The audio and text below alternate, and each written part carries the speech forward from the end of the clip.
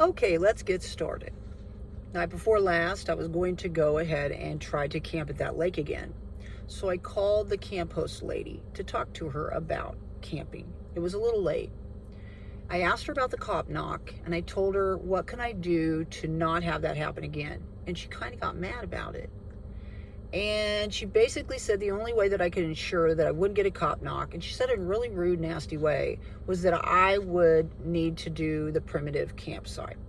And I explained to her why I didn't want to, and she took offense to it, to the point where she was screaming on the phone at me.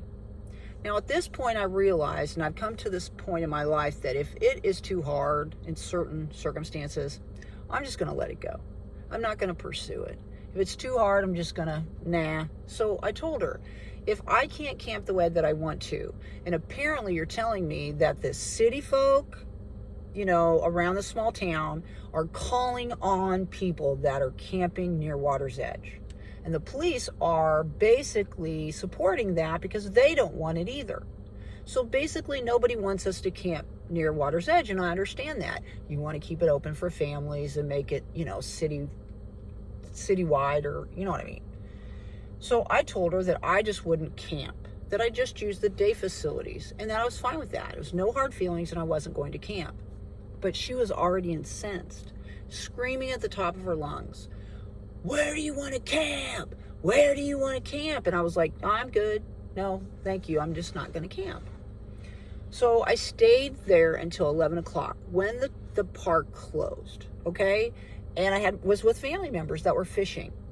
And so they went home, and I went to Walmart's parking lot, and I spent the night there because I was in camp mode already, and I had intended to stay for 4 days, and I was going to work one of the days and come back. But I had intended to camp. So anyway, I spent the night at Walmart's parking lot, came back at 7 a.m. and went back to the same place where we were at. And I texted my family members, I got the same spot, get coffee, and I'll see you when I see you. And I crawled in the back of Vegas's. I was going to wait for them to show up. But all of a sudden, I heard this sound of this four-wheeler. And I look back, and I see there's a man standing behind my car. Now, first of all, nobody should be coming into my camp. I don't care who they are. But I didn't know who they were. I was just like, who is this? Why are they in my camp? So I got out of the car, and I go, hey, and I recognized the camp host lady. And I was like, why are you guys taking pictures of my car? Do you think that I stayed here last night? Because I didn't. And they proceeded to go full on aggressive on me. Like to the point I thought they were going to kick my ass aggressive. And started screaming at me, calling me a liar, telling me there were cameras everywhere, and that they were going to call the cops on me, and they were going to have me arrested and charged with trespassing. So I'm like sitting here trying to tell them that I did not spend the night. I told them that I spent the night at Walmart's parking lot. And her husband is like, that's bullshit. And they're just literally getting in my face, this close, right? They were running up on me, like walking fast towards me and right in my face. And this whole time, I have no idea what's going on. I literally got there at 7 o'clock. At about 7:10, this happened. And that nothing I said, they would believe. Apparently, a silver car that looked like mine had been staying overnight there. I had not been there since about July 3rd. I was supposed to stay there on the 4th, but I got called into work that day. So I had to go back, and I haven't been back since. I've been going to pools and such and doing stuff like that with my friends.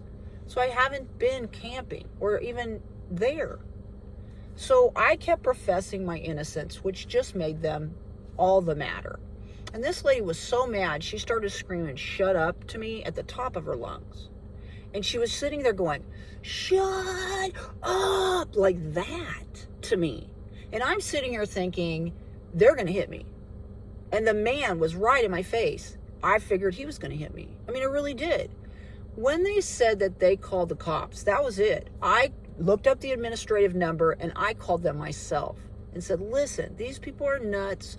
I don't know what's going on. Can you please get someone out here? Because they said they've already called, and I'm calling the police on myself, apparently, because I didn't do this. And they're going crazy, and they're scaring me. So, anyway, I'm on the phone with the dispatcher or the receptionist. She's telling me to stay on the phone with her. She's telling me not to talk to these people. And they keep trying to give me this piece of paper, which was a trespass notice. They ended up putting it on my car while the police were there.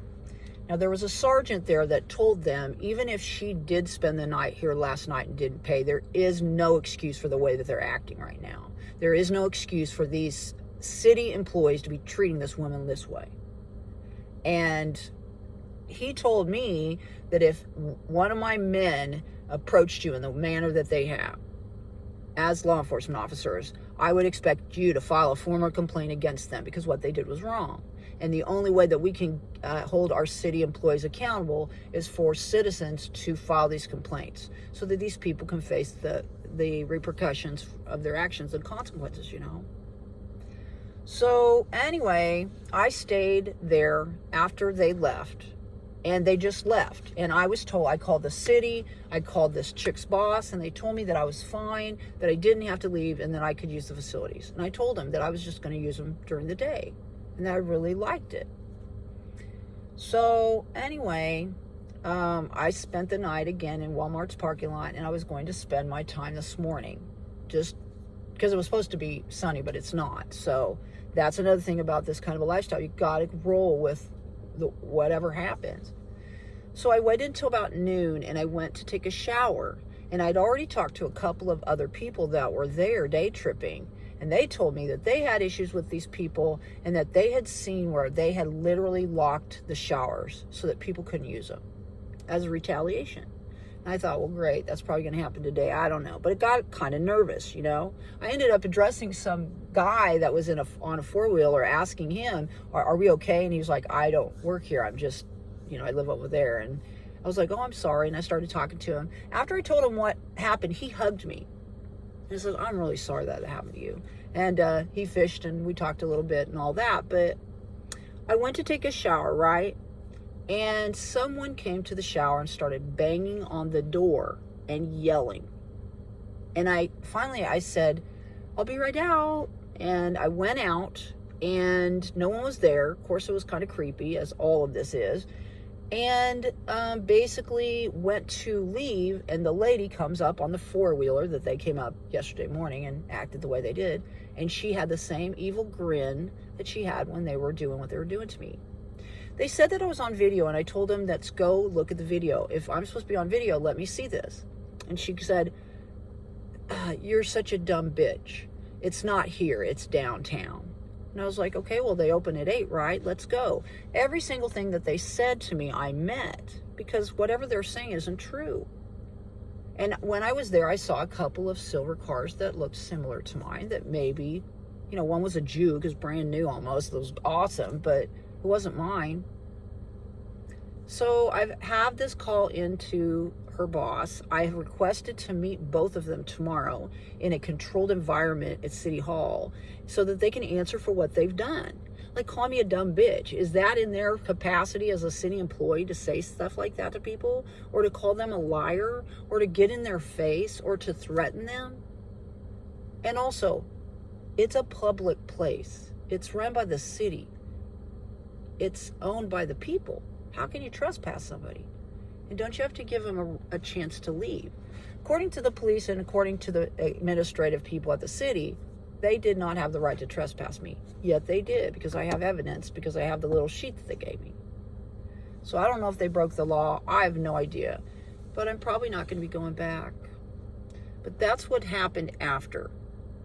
The cop knock video got tons of views. This right here is the freaking camp hosts. These people are psychotic. Literally psychotic. And I don't have anything to do with them. This is why I don't have anything to do with people. This is why I shy away from places. This is why I camp away from people. And I don't have a lot of friends. And I don't really interact with people like I used to, because of people like this. And this is the camp host at a little tiny lake. It's just insane, man. But anyway, here's my video today. This is what happened. The camp host basically kicked my ass yesterday. And still don't have any idea why. Thumb it up, subscribe, and get out there and spread those little pieces of peace. My name is Deborah the Bee. We'll see y'all on down the road. Bye-bye.